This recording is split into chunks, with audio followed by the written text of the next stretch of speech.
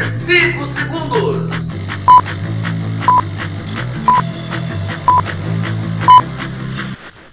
Firme e forte na onda do esporte, estamos de volta aqui no Momento do Esporte, agora para falar da convocação da Seleção Brasileira, às 15 horas, na sede da CBF, a última convocação para 2 amistosos, e também do Campeonato Brasileiro, a sua 31ª rodada, com os resultados, inclusive os resultados surpreendentes, e obviamente do clube do seu coração. Vamos falar da derrota do Vasco em São Januário para o São Paulo por 2-0 e do empate do Botafogo lá contra o Mirassol por 0-0. A classificação do Campeonato Brasileiro e o resultado de todos os jogos. Você vai curtir dentro de instantes aqui no Momento do Esporte, que está começando, é claro.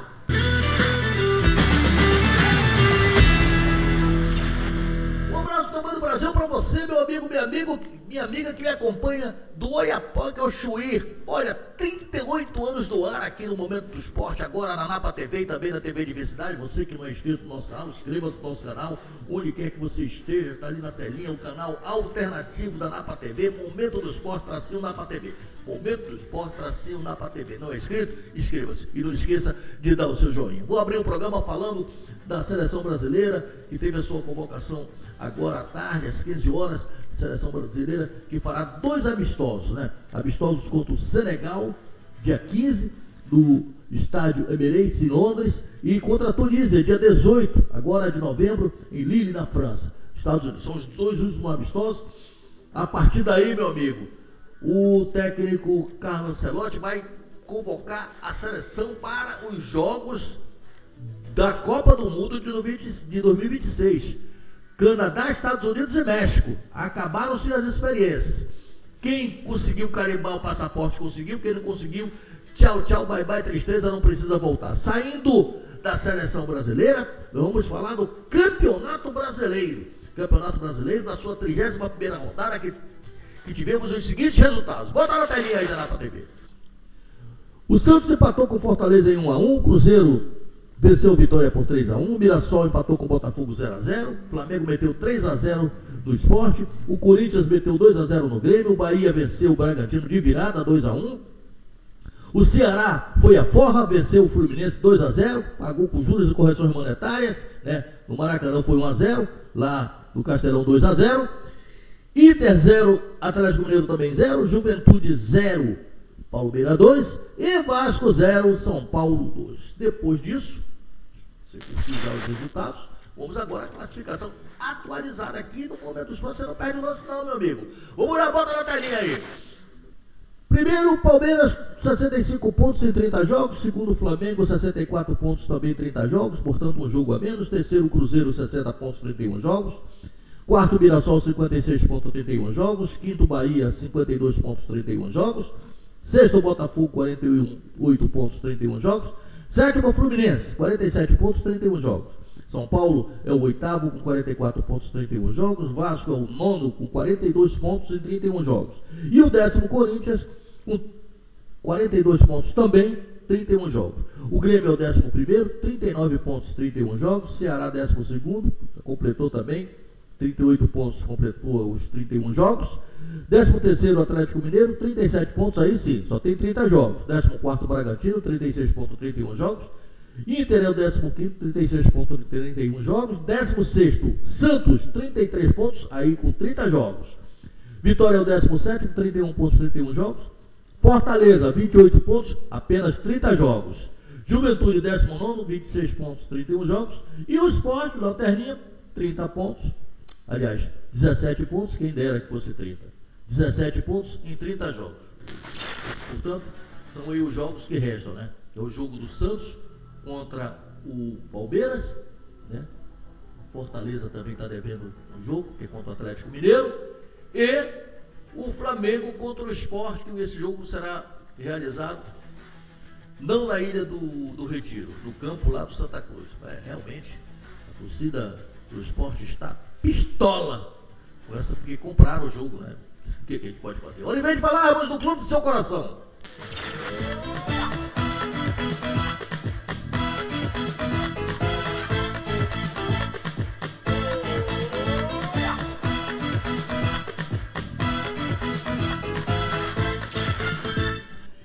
falando, sabe quem? Sabe quem? Do Botafogo! Botafogo nisso, Botafogo. Que meu amigo, empatou com o Mirassol 0-0. Olha, que jogo horroroso, sabe? Um jogo sem criatividade, um jogo que teve um pouquinho só no Mirassol. O Botafogo se enrolou todo em campo, não sabia criar. Olha, teve uma oportunidade só, mas não vou me alongar muito não, senão eu não vou dar espaço para ele, que vai falar tudo sobre esse jogo do Botafogo. Fala do Botafogo aí, Marcos Salles. Um forte abraço para você, para Tony De Luca e também para Dani Nascimento. Napoleão, o Botafogo ficou no empate em 0-0 no sábado contra a equipe do Mirassol, jogando no Maião. A equipe alvinegra acabou jogando muito mal, assim como a equipe do Mirassol também, que normalmente em casa fazia grandes partidas e acabou também tendo um jogo ruim, num jogo inclusive que as duas equipes concluíram menos de 4 vezes no gol, né? Chutaram a gol, mas para acertar no gol, o Botafogo acertou um chute no gol e a equipe do Mirassol 2 oportunidades, né? Para você ver como é que foi ruim o jogo no sábado à noite. Com isso, o Botafogo ficou ali na mesma posição na tabela de classificação, já que o Fluminense acabou perdendo, não passou a equipe do Botafogo, e agora tem um clássico no meio da semana diante da equipe do Vasco. O técnico David Ancelotti ficou muito decepcionado com o desempenho da equipe, inclusive ele usou uma estratégia diferente, né, que foi batidas de lateral diretamente para dentro da grande área, para tentar surpreender e chegar ao gol da equipe do Mirassol, mas estratégia que também acabou não dando certo, e o Botafogo trouxe pelo menos um empate, porque muitas equipes foram jogar no Maião e acabaram saindo de lá derrotadas. O Botafogo conseguiu pelo menos trazer um pontinho, mas o desempenho não foi bom e o técnico David Ancelotti não gostou da partida em que o Botafogo empatou em 0-0 com o Mirassol, Napoleão. Muito obrigado, Marcos Salles, pelas suas informações. Está aí as informações do Marcos Salles, falou tudo sobre o empate. Olha, que jogo horroroso, mas que jogo horroroso. E digo mais, hein, não fosse o Léo Link, o Mirassol, mesmo não jogando bem, ia conseguir o resultado. A sorte é que o Léo Link estava numa tarde muito inspirada e não permitiu. O Botafogo, na verdade, teve uma oportunidade, assim, de oportunidade.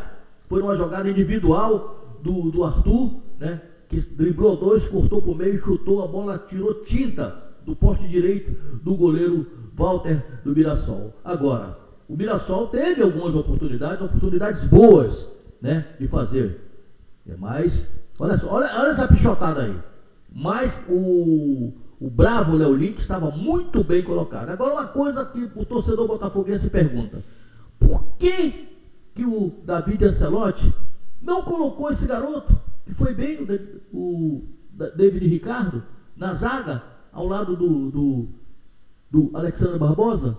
Aliás, o Alexandre Barbosa, diga-se de passagem, que foi eleito o melhor jogador da partida. Fez um partidaço, né? Vamos curtir aí o técnico do Botafogo, o David Ancelotti, para falar desse jogo horroroso, essa partida em que o Botafogo realmente não se encontrou em campo. Fala aí, David Ancelotti. Seguimos perdendo duelos, mas um pouco mais de organização. Seguimos com pouco coragem, acho que com bola. Então por isso fico incomodado com o jogo de hoje, porque faltou um pouco disso. Você acha que, eu te perguntei antes do jogo sobre a questão dos desfalques, né? Isso tem te atrapalhado muito. Você tem um jogo quarta-feira agora, aí a gente não sabe se você vai contar com alguns jogadores, por exemplo, o Savarino vai ter condições, parece que o Savarino foi uma virose, se você vai ter o Joaquim Correia, por exemplo. Isso tem atrapalhado muito e isso deu uma justificativa para o time ter oscilado, está oscilando um pouco essa coisa, o volume de jogo dele, o time não está conseguindo ser regular nessas últimas partidas do campeonato. O Savarino e o Correa têm problemas pequenos, acho que vamos poder recuperar os dois para o próximo jogo, que vai ser importante, claramente. Com essa sequência de jogos, mais dificuldades, claro, que temos, porque por falta de rotação, um pouco, mas não é uma excusa por a falta de coragem, a falta de qualidade com bola que tivemos hoje. Temos dificuldades, temos que adaptar. Acho que tem um elenco O time que jogou hoje é um time competitivo, é um time que tem que competir melhor contra um time que é verdade que nesse campo nunca perdeu. Então o resultado não é um resultado malíssimo, mas não fico contente com a atuação. Aí a presença do David Ancelotti tentando explicar mais um insucesso do Botafogo. O Botafogo que abra o seu olho, porque o Botafogo, estou vendo aqui, ele é o 6º colocado, com 48 pontos no campeonato. Vai enfrentar agora, né, no meio de semana, o Vasco, no Engenhão, em seu campo, na quarta-feira, às 19h30. É um jogo de 6 pontos. É um jogo que o Vasco perdeu, mas está ali, está pertinho ali. Pode, sei lá. E o Vasco, gente, não perdeu nenhum clássico carioca. Empatou com o Flamengo e ganhou do Fluminense. Então vai vir com sangue nos olhos. Com certeza o Botafogo vai lotar aí o Engenhão para esse jogo de quarta-feira. Toda a torcida botafoguense, aquela festa que a torcida sempre faz, né? Agora, tem que abrir o olho. Tomara que voltem alguns jogadores. Tem muitos jogadores do Botafogo que não estão rendendo tudo aquilo que o técnico gostaria que rendesse. Saindo do Botafogo, vamos falar do Machão da Gama, o gigante da colina. Meu irmão, 4 jogos de invencibilidade, 4 vitórias, a torcida compareceu, São Januário, uma festa. Mas nem tudo são flores. O Vasco perdeu em São Januário para o São Paulo 2-0, poderia ter sido mais, cara. O São Paulo teve 2 oportunidades, assim, aquelas oportunidades que ninguém perde, na cara do gol. O Léo Jardim fez milagre, o outro cara chutou para fora, o Ferreira, né? Então, quem vai falar desse jogo com os mínimos detalhes é a melhor cobertura do Vasco, sem dúvida. Marcos Salles volta falando do Vasco. Fala dessa derrota aí, Marcos Salles. Que jogando em São Januário na noite de ontem acabou decepcionando a torcida vascaína, que foi em grande número ao estádio de São Januário para ver o Vasco tentar buscar a 5ª vitória consecutiva, mas não aconteceu. Pelo contrário, o Vasco saiu derrotado 2-0 para a equipe do São Paulo, com o Lucas Moura marcando de pênalti nos acréscimos do primeiro tempo, num pênalti infantil cometido pelo Paulo Henrique, que agarrou ali o Arboleda, né, na batida de escanteio. E no segundo tempo o Vasco voltou pressionando a equipe do São Paulo, mas acabou não conseguindo fazer o seu gol. Inclusive teve uma grande oportunidade com o jogador Andrés Gomes, que vinha dando várias assistências em jogos anteriores. E ontem, quando teve a oportunidade de dar uma assistência para o Ryan, acabou optando por chutar no gol. Estava cara a cara, né? E o Ryan entrando pelo lado esquerdo, assim, se ele rola, o Ryan estava com bola e tudo. Ele optou por chutar, o goleiro Rafael acabou fazendo a defesa. E a partir daí, com as mexidas que o técnico Fernando Diniz fez, o time acabou caindo de produção e, principalmente, né, na minha visão, após a saída do Barros, o time ficou muito vulnerável defensivamente, acabou dando várias oportunidades em contra-ataques para a equipe do São Paulo e em mais um erro do seu setor defensivo, né, que o seu goleiro, o Léo Jardim, né, cedeu ali um escanteio. E aí na batida de escanteio, o Luiz Gustavo fez o segundo gol da equipe de São Paulo, gol esse que determinou a vitória de 2-0 da equipe tricolor diante da torcida do Vasco, e foi para casa decepcionada, porque, né, o Vasco vinha ali de uma sequência de bons jogos. Agora, né, o time ficou ali na tabela como o 9º colocado, acabou perdendo a posição, porque era um jogo de 6 pontos para o próprio São Paulo, que agora tem 44 pontos na 8ª posição, o Vasco 42 na 9ª posição, e tem pela frente um clássico diante da equipe do Botafogo no meio de semana. Obrigado, Marcos Salles, pelas suas informações. Olha, muita gente criticando o Fernando Diniz pelas suas substituições, mas meteram o pau dele. Ele tirou o Barros, que é o esteio ali, né, na cabeça de área, né, na tentativa de querer vencer, encheu o time de atacantes, mas vou deixar para ele próprio falar sobre essas substituições e sobre o comportamento do Vasco nessa derrota para o São Paulo por 2-0 em pleno São Januário. Fala aí, Fernando Diniz. A gente foi extremamente dominante. A gente jogou até muito melhor que o jogo do Cruzeiro, por exemplo, ou o jogo do Bahia. Faltou fazer o gol. E a gente, infelizmente, favoreceu uma falta de concentração, cedeu o escanteio e depois a gente cometeu um pênalti. Um jogo ia virar 0-0, a gente foi muito dominante. A gente botou para o segundo tempo também bem dominante, mas a gente não conseguiu fazer o gol. faltou inspiração para a gente fazer o gol. A gente estava marcando bem e jogando bem. Depois da metade do segundo tempo, as substituições era um intuito claro de entrar alguém com mais inspiração, e a gente conseguir ter mais controle e ter alguém para colocar a bola para dentro. E a gente perdeu organização e cedeu alguns contra-ataques e errou algumas bolas na saída, que era um risco que tinha que correr. Eu risquei a gente, no mínimo, empatar o jogo. Foi isso, minha avaliação de jogo é essa. Olá, Fernando, Danilo do Expresso 1923, boa noite. Concordo com a tua avaliação, acho que o Vasco foi superior no primeiro tempo, o lance fortuito do pênalti acontece, e volta para o segundo tempo melhor. São 10 minutos que parecia que o gol ia sair a qualquer momento, o Vasco estava trabalhando para isso. Um São Paulo nas cordas, sendo pressionado.